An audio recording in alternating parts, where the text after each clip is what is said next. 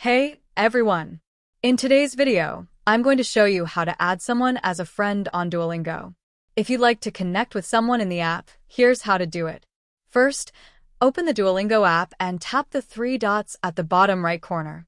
Then, select your profile. Inside your profile, tap on Add Friends. There are three ways to add someone. You can sync your contacts to find friends, search for a user by their username, or share your profile link with them. To use contacts, simply link your contact list. To search manually, enter their username in the search bar. If you prefer to share your profile link, just tap Share Follow Link and select the app you want to use. I'll use WhatsApp in this example.